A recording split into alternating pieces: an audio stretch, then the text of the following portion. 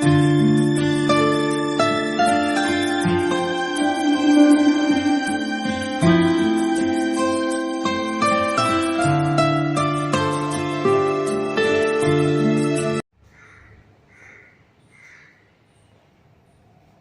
વિદ્યાર્થી મિત્રો, બધા મજામાં છો? આપણે કયો પાઠ ચલાવ્યો હતો? પાઠ 16 સિંહની દોસ્તી. મેં તમને આગળનો પાઠ વાંચન કરવા માટે આપ્યો. બધાએ વાંચ્યું? સારું, ચલો વાંચો. ન વાંચ્યો એ તમારો વિષય છે, મેં તમને વાંચવા માટે આપ્યો હતો. અને જેટલું તમે વાંચન કરશો એટલો તમને પાઠ ભણવાની વધારે મજા આવશે. હવે સિંહણને મગર પાણીમાં ખેંચી ગયો. 2-3 દિવસ સુધી સિંહ નદીના કાંઠે એટલે કે નદીના કિનારે ભૂખ્યો અને તરસ્યો બેસી રહ્યો અને નદીની સામે પીઠ માંડી લેકિત હશે. નદીના પાણીમાં સહેજ પણ હલે પાણીની અંદર એટલે તરત એની નજર એમાં જાય કે મારી સિંહણ તો નથી આવી, કાં તો મગર આવે તો મગરને પકડીને મારી નાખે.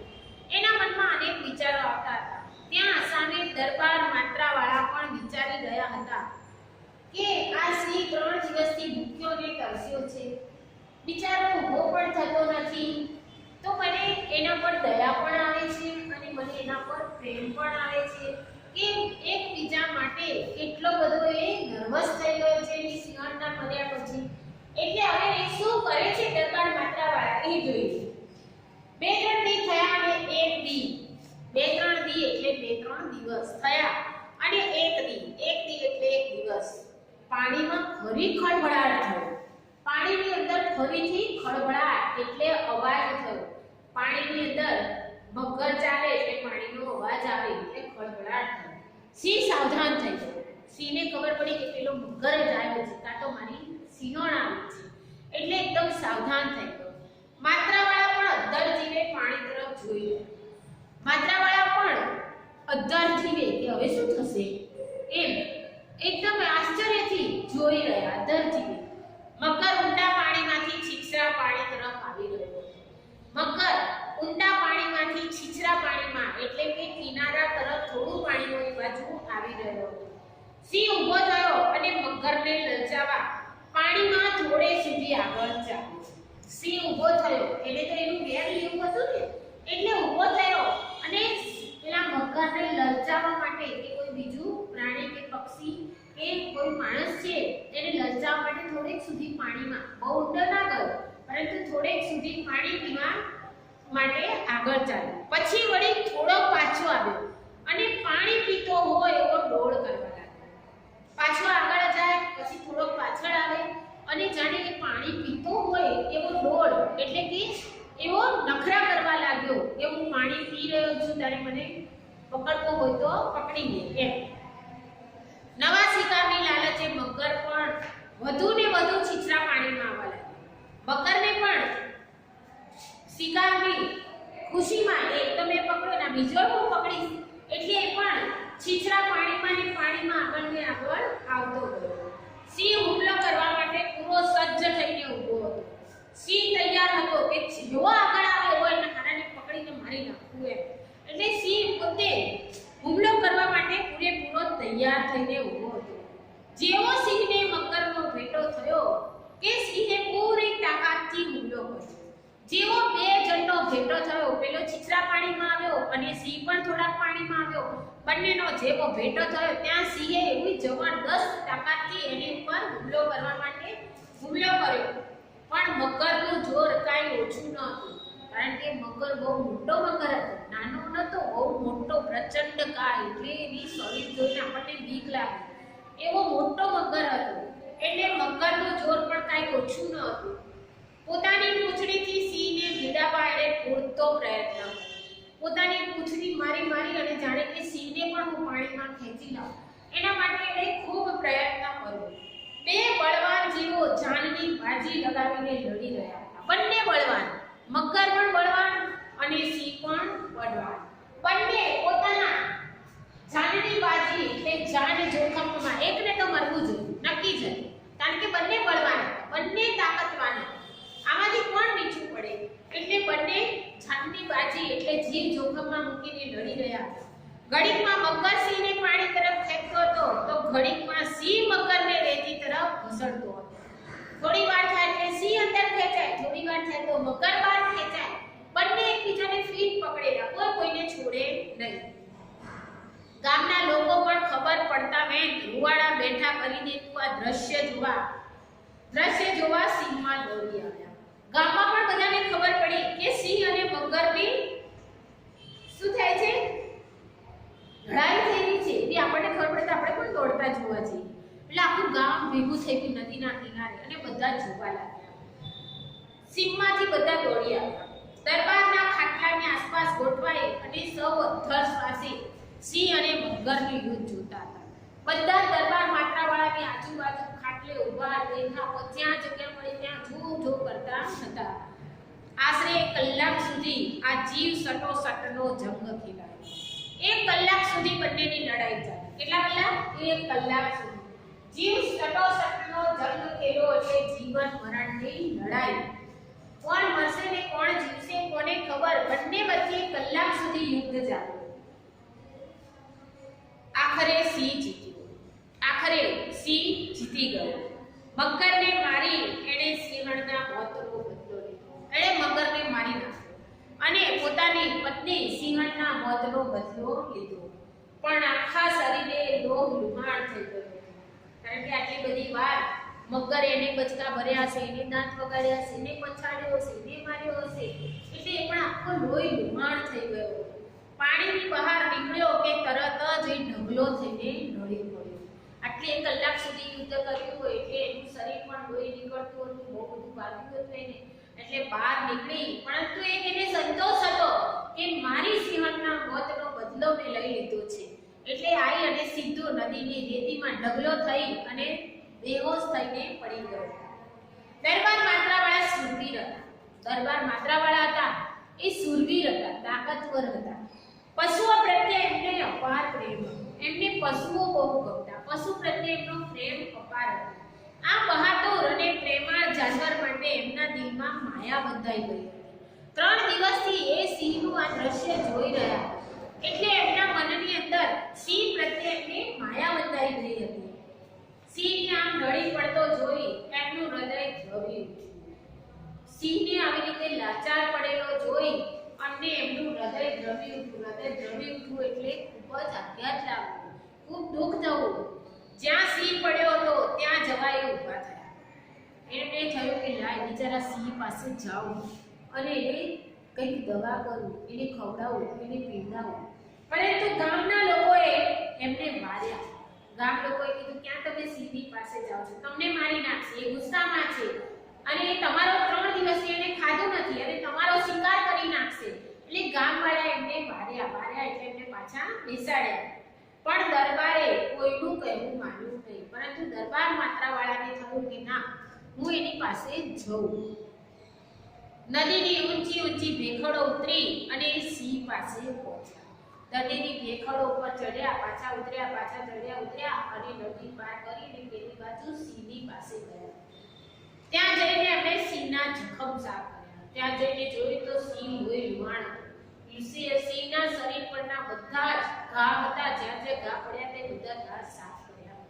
વનસ્પતિના પાંદડા વાટી જખમ પર પાટા બાંધ્યા.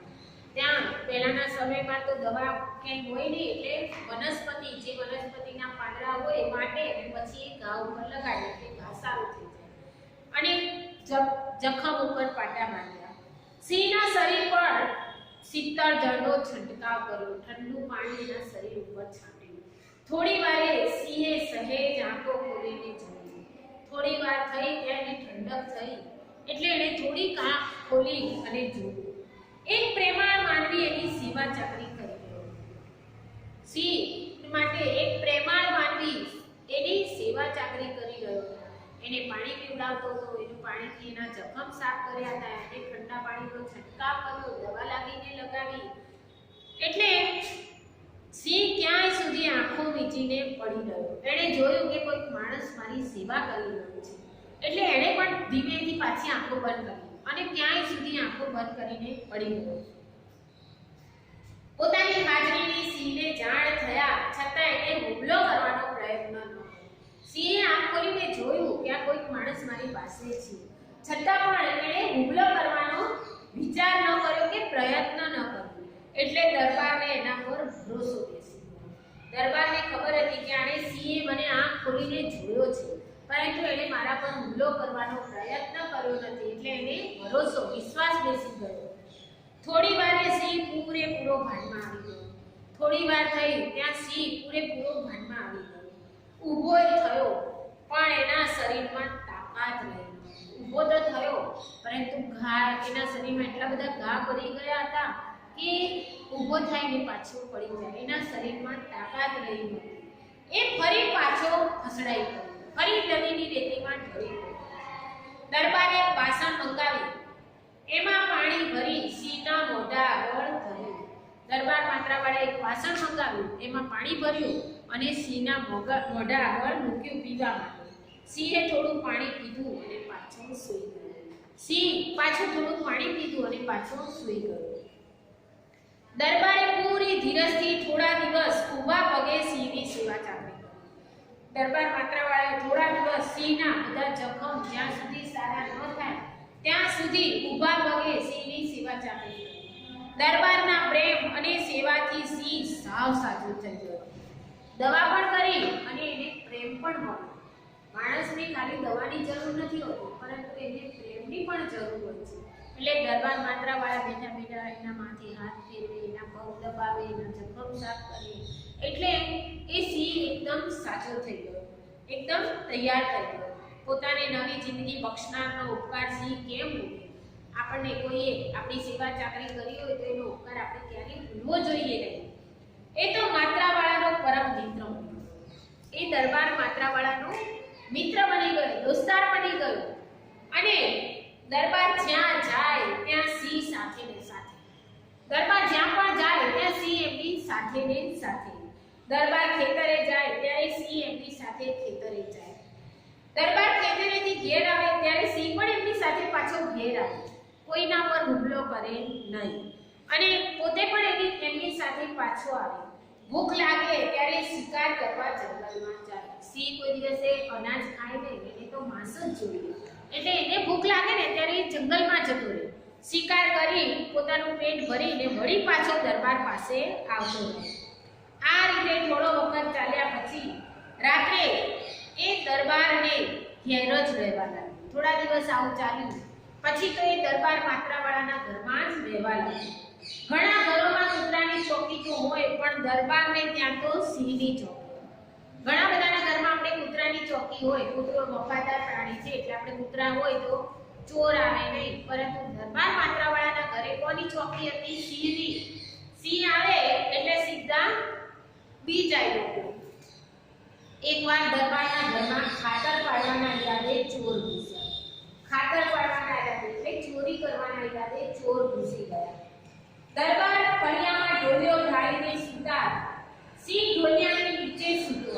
દરબાર માત્રાવાળા ઢોલિયો એટલે ખાટલો ઢાળીને સૂતા હતા. નીચે સિંહ સૂતો હતો. સિંહ ઢોલિયાની નીચે સૂતો હતો. સહેજ સંચળ થતા સિંહ જાગી ગયો. સંચળ એટલે અવાજ.